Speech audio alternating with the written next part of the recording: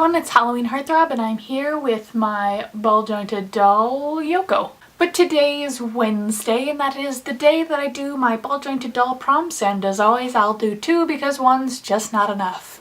And I am on number 39 and 40.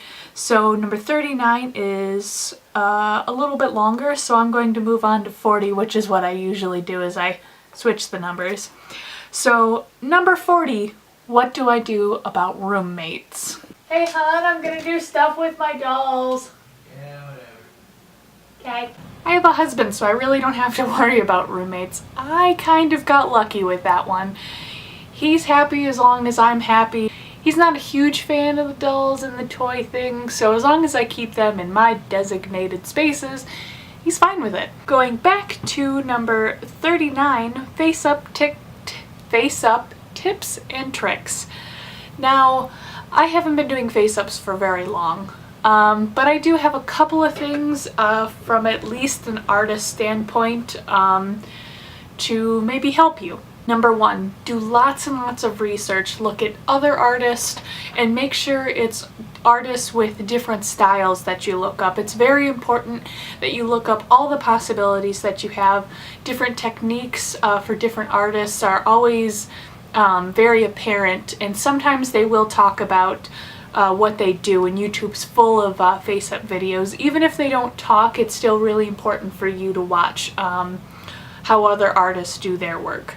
Number two, save up for good art supplies. Yes, you can get a bunch of cheap face-up supplies, but you're really not going to get the results you want. And I'm speaking from experience, so please just trust me and save your money to get better artist supplies. Number three, use the correct sealant.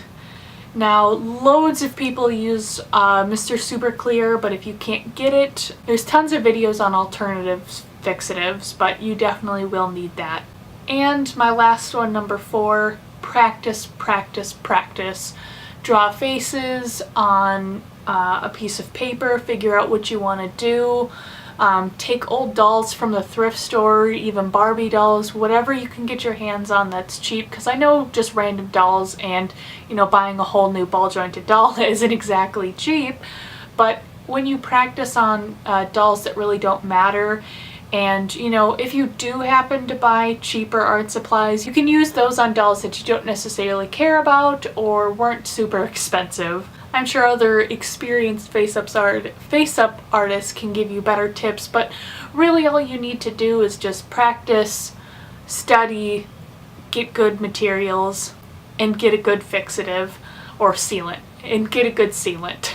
And those were my ball jointed doll addict prompts, number 39 and 40. Before I go, I have a quick ball jointed doll update. For those of you following my specific story, I have been working on bits and pieces of it, and one of the things I did a long time ago was make this map.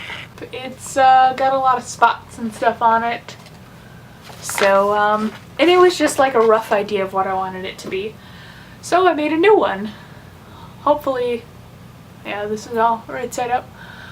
Hopefully that's showing up as the different colors and such that I wanted it to. But this looks a lot better and a lot more official, I guess. I'm really hoping that I'll be able to give it a name, like the specific world that they live in a name. But as of right now, I'm just kind of, you know, happy with my end result. But this material that I used, I got from Home Depot for like $2 a long time ago. I know they still have it, but it's the fabric that you use to put down when you paint. So like a painting cover for like your furniture and stuff. They're super cheap and it frays nicely. I had to pull some strings to be able to get it to do that, but it frays nicely if you're looking for it, and it's a very nice thick canvasy material, but it's not too thick where it won't bend. If you cut out a really, really big piece, it'll drape a lot better. But anyways, thank you so much for watching. Like, share, and subscribe. Comments are always welcome, and I'll see you guys on Friday. Bye!